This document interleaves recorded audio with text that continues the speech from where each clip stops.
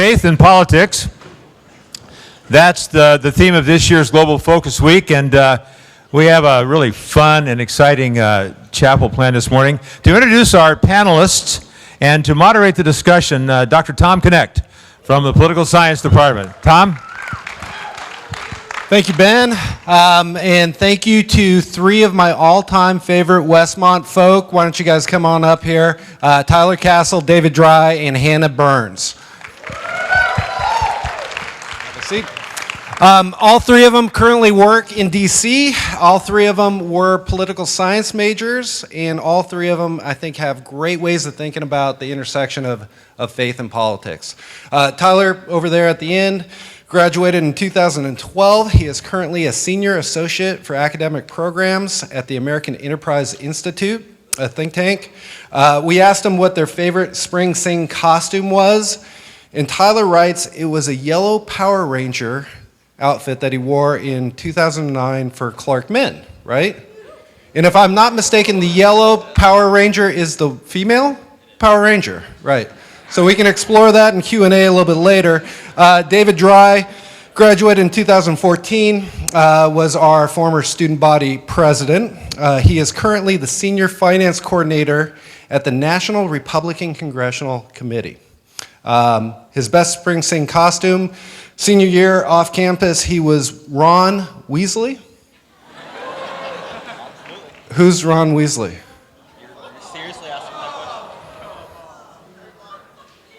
Harry, never heard of Harry Potter. All right.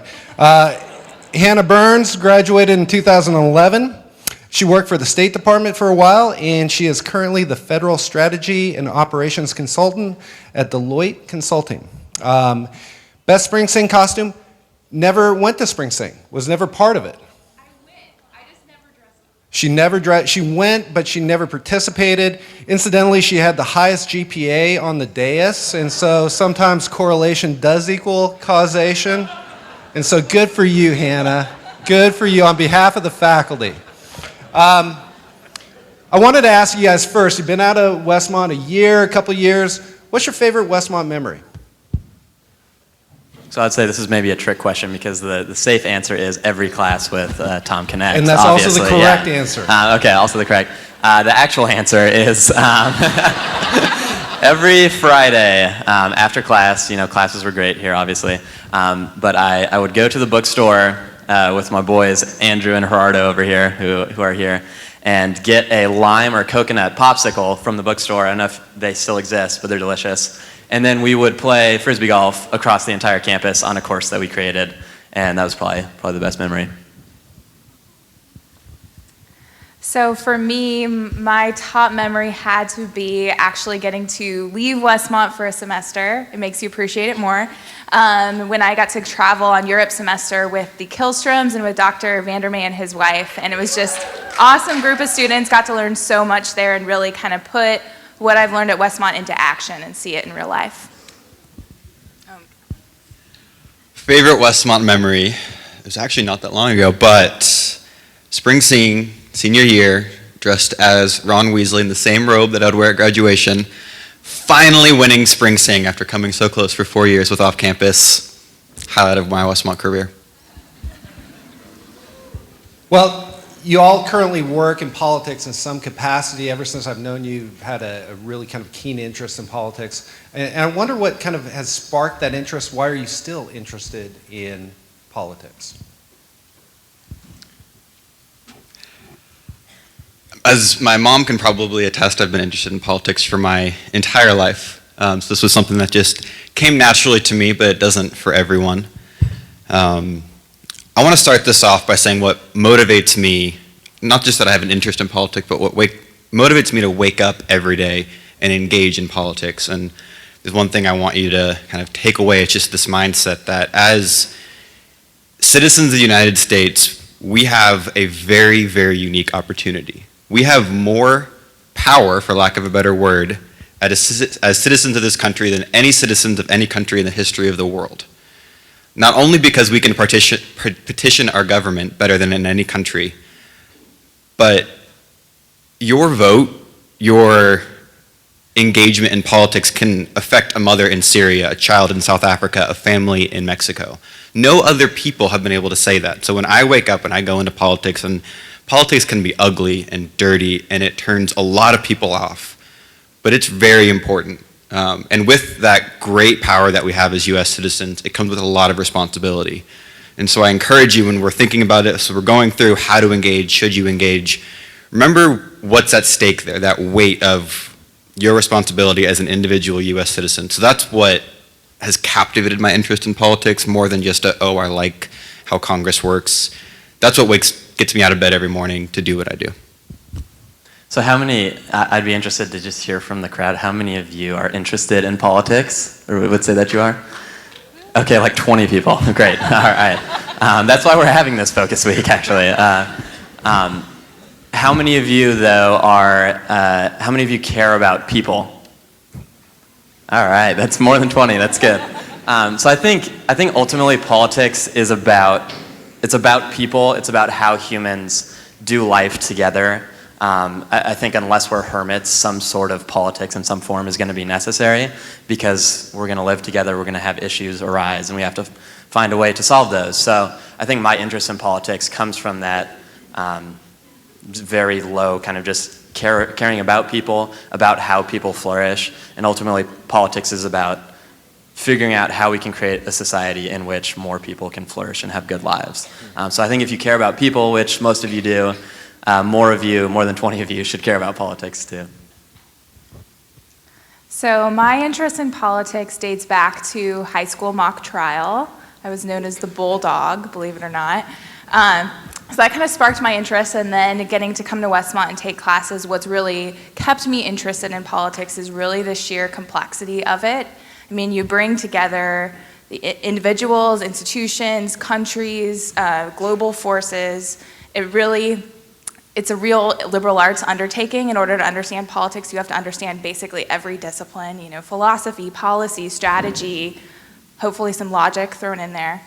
And so that's what's really kept me wanting to explore it further. But what brings me back to it every day is being able to be involved in public service. And just as others have mentioned, it's really about serving people and about being involved in something that touches everyone. Thank you. This is kind of a follow-up question, slightly different. I guess thinking about the students in the audience that maybe don't participate in politics, why do you think maybe they don't? And what would you say to them to try to convince them to do it? I mean, you've already laid out a pretty good case that this matters, and it matters to real people, and caring about people entails maybe political action. But can you think of maybe if you had to convince them, what would you say beyond that? I would say, first off, just from a self-interest standpoint, politics affects everything, or a lot of things about your life. So whether it's the taxes that you're going to pay, the health care that you're going to buy, I could go on and on describing the things that politics really do affect our lives, even though we don't see it that much. And I think in America especially, we've come to not really realize how much politics matters, because we live these lives that are very blessed, and we have, fortunately, a really good political system in a lot of ways. But if you look at countries like North Korea or Cuba, politics matters a lot more. You're not able to have a good, flourishing life because of the way the politics and the government is structured there. So just from a self-interest point of view, I think politics really does affect us, and we should acknowledge how good of lives we have because of our relatively really great government, and work to kind of keep those things the way they are, I think. So I would say you should care about politics because God cares about politics. It dates back, from the creation of the world, when we were given this earth to take care of it. And that really, that involves everything, in terms of governing it and seeing everything in the world flourish. And so while Jesus Christ has come here to redeem the world, that redemptive work is still ongoing. And it's not just at the individual level. Jesus has come to redeem every aspect of creation.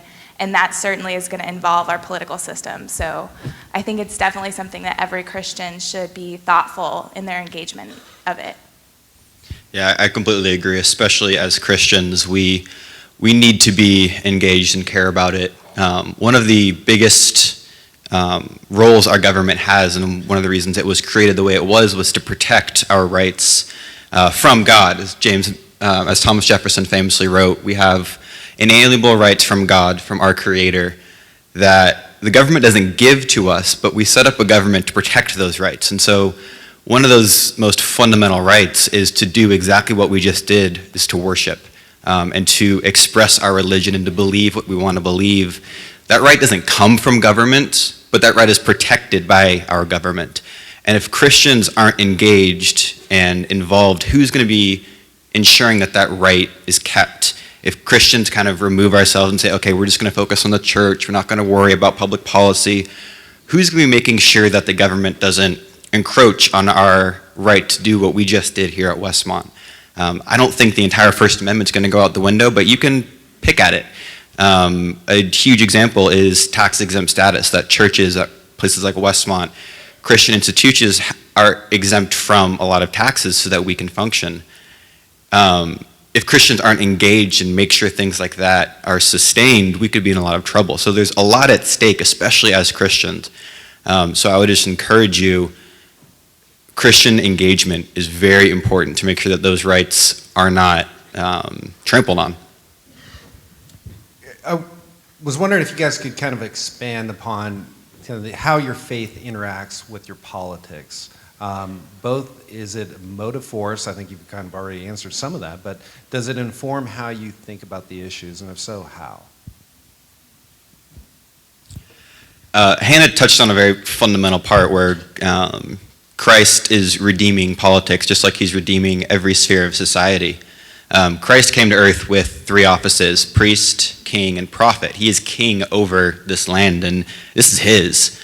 And so we are blessed to be able to work in it as Christians. And so our faith, our theology should wrap that around. But then just as a personal faith aspect, it shows us how important it is that we have humility and grace in our politics. It is a messy business. And if you've ever seen House of Cards, sometimes it's not that far off, and that's scary. That's not true, is it? No one's dying. No one's dying. But the attitude, the cynical view that people take away from shows like that, there are a lot of people that are in it just for themselves, in it for power, in it just to elevate themselves. So as Christians, when we engage in politics, we engage it completely differently, from an aspect of humility, from grace. And for me, I try and do that every day, and it's so hard. Politics can be so overwhelming, and it's hard to approach it with humility, but we have to, and Christians in politics have to be examples of that. There are too many times I watch Christians on the news talking about politics, and I just want to hide under a desk and not be kind of related to them.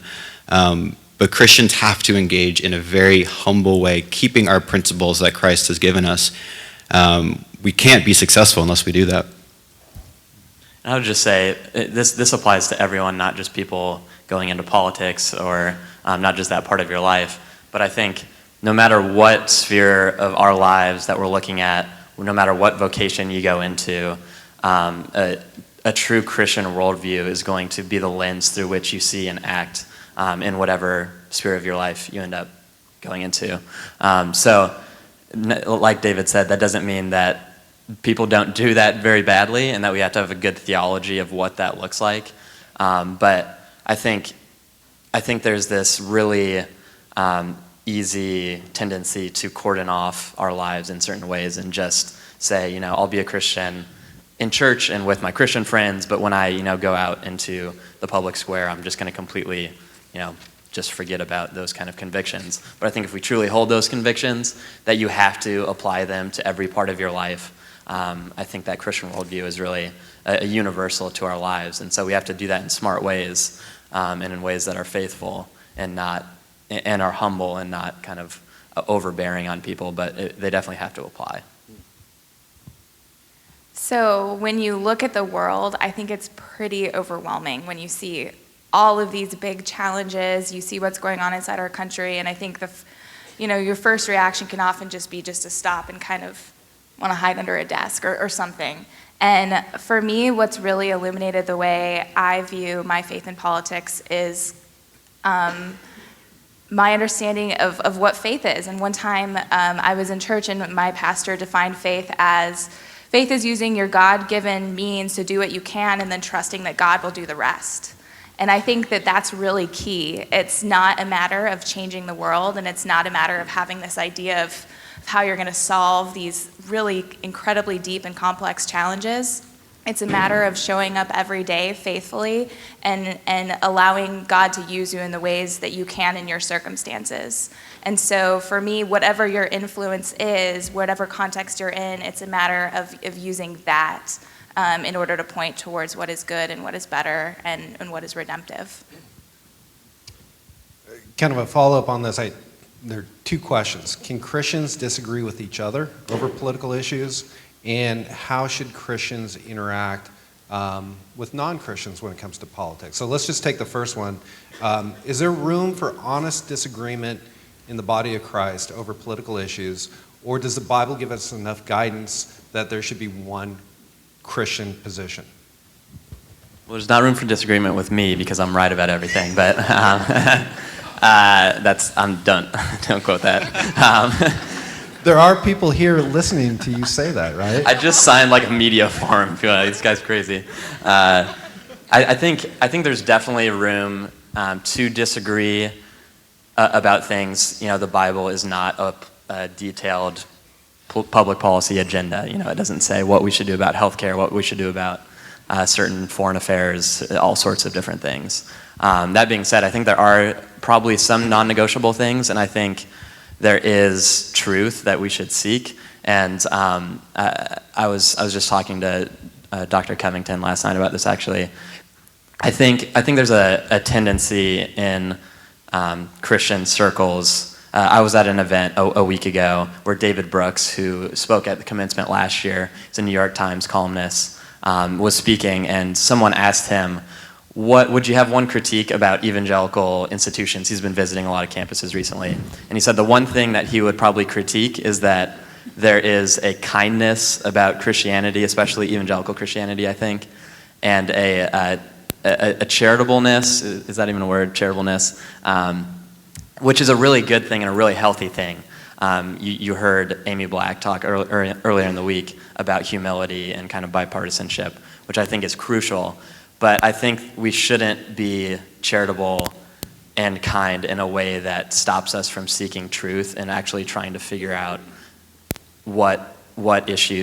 figure out the answers to things. I think oftentimes, from my experience at Westmont and in other circles of evangelical Christianity, it's easy to say, these are tough issues, I want to be kind and charitable, and for that reason I'm just not going to touch them. Let's just be okay with disagreeing, let's not kind of dive into it more. And I think that's not a good way to go about it. I think even though it's hard to discuss a lot of these issues because we do have deep disagreements, hopefully our brotherhood and sisterhood in Christ can kind of bring us together despite those differences, and we can actually seek truth in a healthy way, because I think we need to be charitable, but we also need to seek truth because there are, I think, more true policy positions. Yeah, I think a lot of the trouble comes, Christians will disagree on politics when we try to fit God squarely into a political party, and that's just not possible. God is way bigger than the Republican Party or the Democratic Party or any other party you could invent. And so I'd encourage Christians in their conversations on politics to not take it from a party perspective per se, but more issue by issue, and just to think really critically and listen. Listen to what the other person is saying. And be really careful and prayerful in your response. I think a lot of the disagreement just comes from this need to kind of put what you have out there and talk over each other. And if you take a step back and really seek truth in love and communicate it that way, it can make a world of difference. Yeah, as Hannah said, God does not fit into our man-made notions of left and right, Republican or Democrat. He's much bigger than that. This is probably a bad analogy, but I loved when Pope Francis came to speak to Congress. He successfully made Republicans and Democrats equally upset and happy. Everyone was really furious at him and elated at things that he said.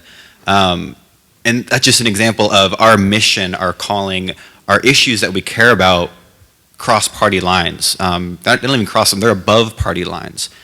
But we have absolute disagreement, and we can have disagreement on how to solve those issues. Take something like poverty.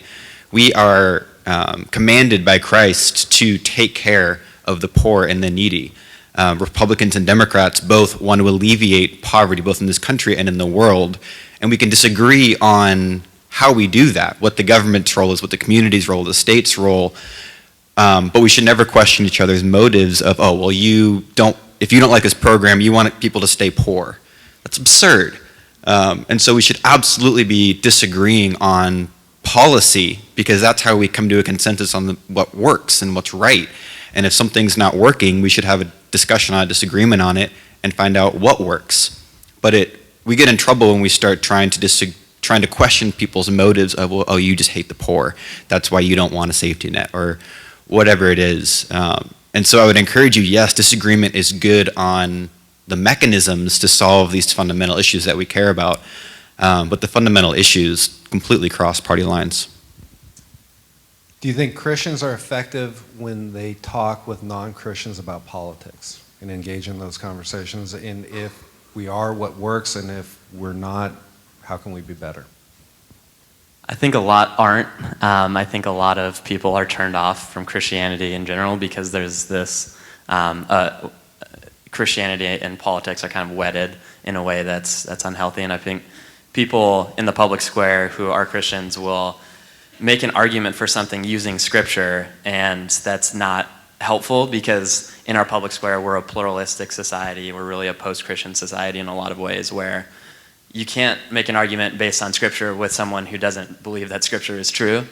So you have to have a kind of common ground. So I think Christians obviously should draw inspiration from scripture and have that form how they think about these issues, but when you're communicating it in the public square, you have to do so with common universal moral language, natural law, if you've heard of that term, but in a way that in a way that people who don't have the same kind of basis for belief that you do can still kind of agree on certain things. Because I think there are things that we can all agree with people from all sorts of different faith backgrounds, but we have to do it in a way that isn't immediately turning people off because we're coming from a place where they can't really, buy into it. So I would encourage Christians when interacting with non-Christians on politics to ask a lot of questions to try to figure out where that person's coming from, because I think there's a good chance that there's some common ground there, particularly as Tyler said, with something related to natural law, some common value that you share, or try to figure out where you can intersect and then understand their perspective. And then I think some of the disagreement could come in terms of the mechanisms or the policy to do that. But it's really important to be humble in those sorts of discussions and not just assume that you're absolutely right. You can make a lot of ground with people if you first seek to understand where they're coming from, and then you share your value perspectives, and you're much more likely to bring them alongside you that way than you are, by just automatically, saying you're wrong, you're thinking about this the wrong way. Absolutely, and I mean, I'll be very honest that Christians and evangelicals don't have the best reputation when it comes to civil discussion and engagement. We have our own circles in Washington and all over the country where we are talking about, as soon as we move out of our bubble, there's some disconnect there. Suddenly we're not the principled, humble people that we strive to be. There's something about politics that can often bring out the worst in us. And all of us, left, right, center, are guilty of that. And so as Christians, we need to do a much better job listening first. And understanding where people are coming from and what motivates other people.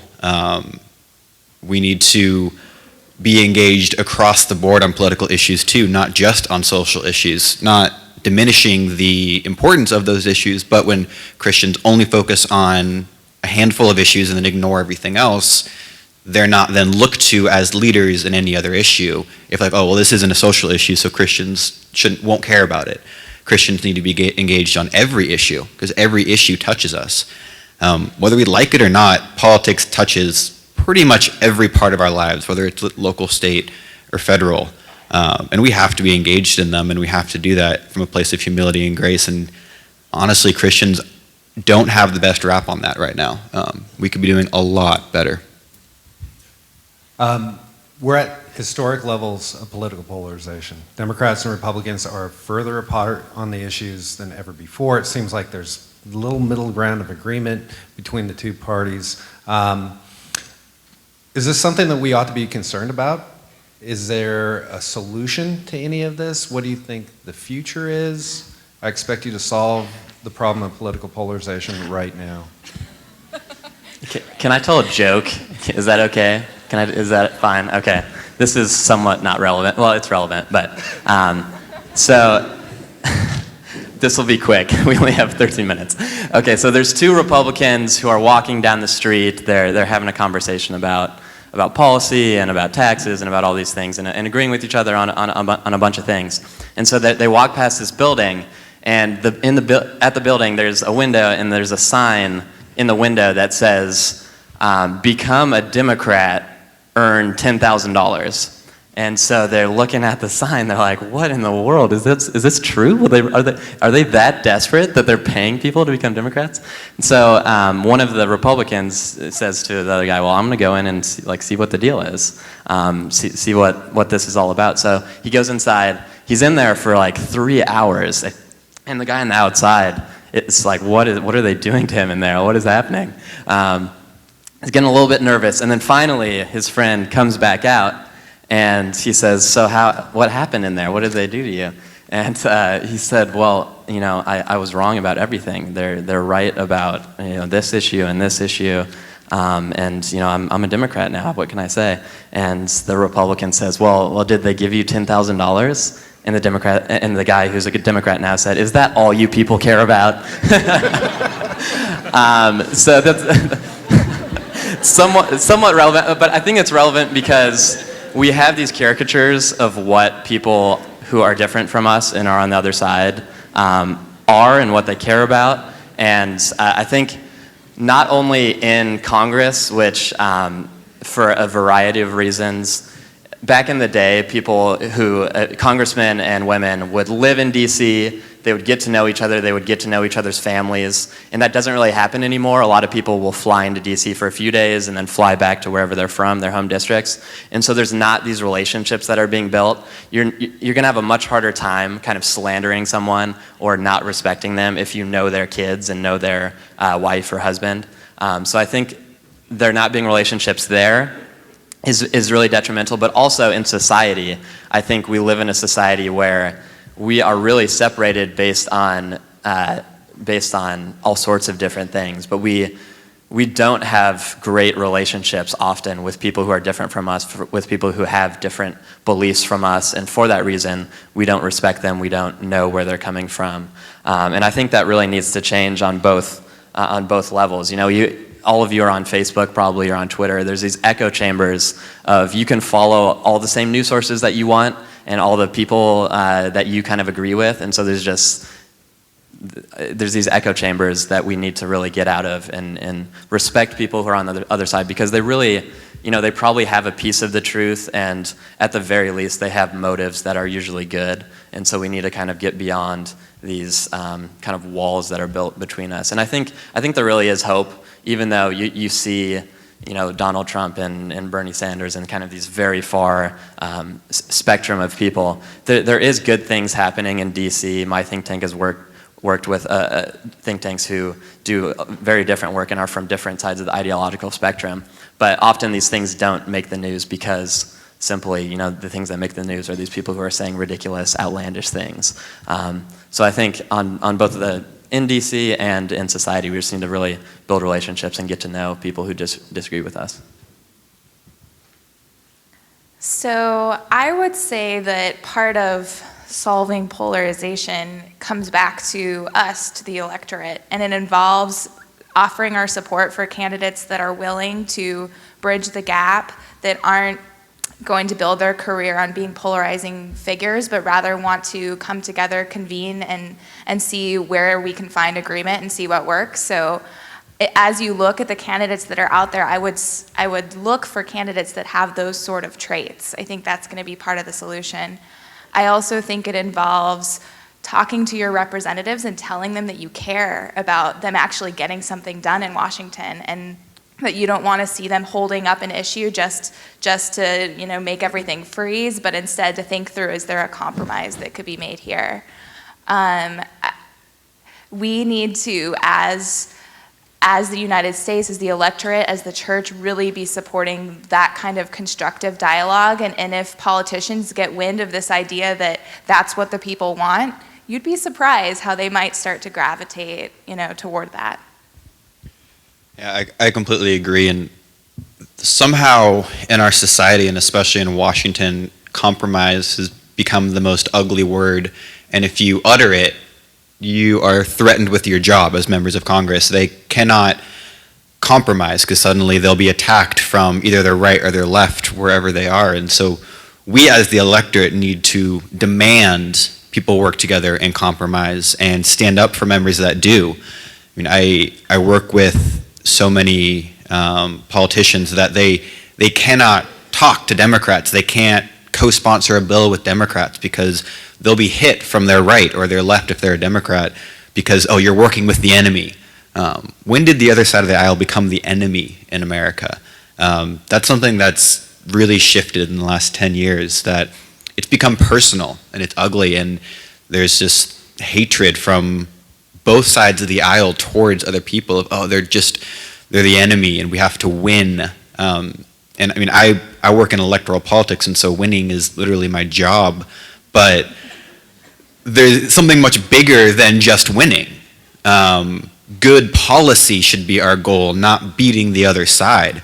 And it's not just that happens in Washington, but they're encouraged back home when that happens by the electorate. And so I would encourage you to look for people who are serving, public servants, that are just talking with the other side, that are willing to sit and listen and hash out a compromise.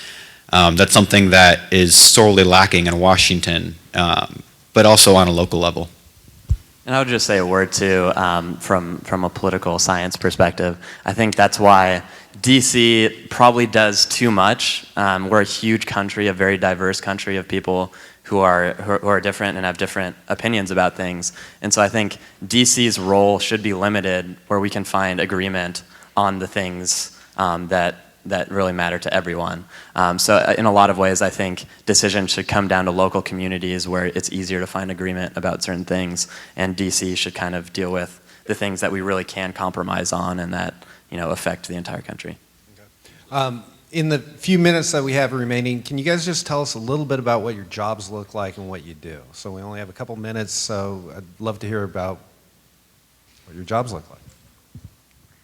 So I work as a federal consultant, and before I explain what that is, I got into this career because I was working in government and got so frustrated with the fact that nothing could get done, and that I just felt like I was going to be doing the same thing over and over. And then I found out about consulting, which comes alongside, our clients, in this case, government agencies, and helps them solve problems and put into place a strategy and a process that will actually make their mission or whatever they're trying to accomplish be realized.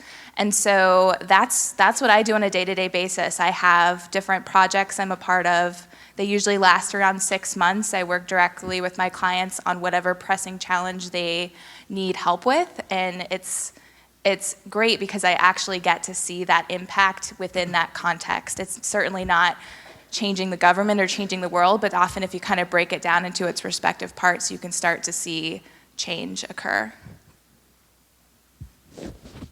So I work at the National Republican Congressional Committee, NRCC. We are the election and campaign arm of House Republicans.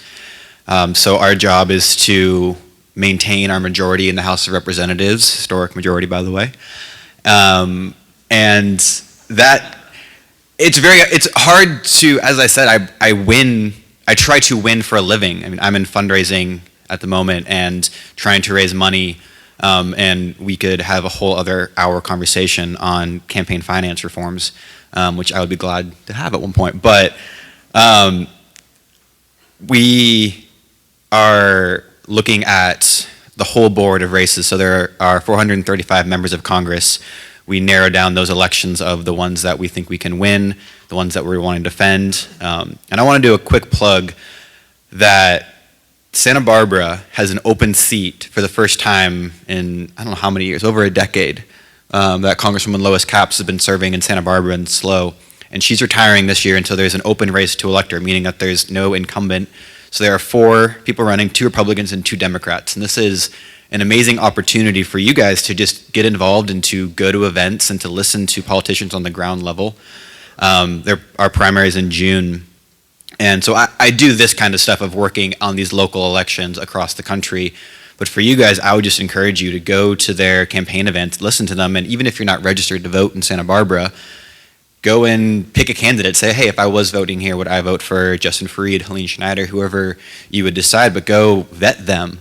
It's great practice, but I do those congressional races. So I work at an organization called the American Enterprise Institute, AEI. People always say, where did the O and U go? I'm not sure. Sorry. It's a public policy research organization, which basically means we've got a bunch of really smart people who are professors who don't have to teach classes, but they do research on public policy, different areas, and try to think of ways that policy can be crafted better. So we're trying to inform policymakers, but I really work on the education side of things. So we also have programs for college students, actually. So I'm here for 2 weeks because I'm visiting a bunch of college campuses, which is really fun. But I'm trying to get our resources out to college students so that they are more engaged with politics and public policy. Because like we've talked about today, I think it matters, and whether you're going into politics or not, I think it's important for people to have at least some sort of knowledge about it. And most importantly, for those of you who are about to graduate and are worried that your lives are going to be over and you'll never have fun again, I'm the captain of AEI's softball team. We have a think tank softball league in DC. And so intramurals are not over when you graduate. You're still going to just hang out with your bros and have fun. So don't worry. It does become much lamer, though. What? It does become much lamer, the intramurals. No? Hey, don't take away my. Okay. It's like it's the highlight of my life, and you're just killing it right now. All right. Ben's going to come up and close us in prayer here in a second, but before he does, I just want to remind you that Founders, this conversation is going to continue at Founders at noon, so if you want to come and talk to these people, and I also want to thank them very much for their time here today.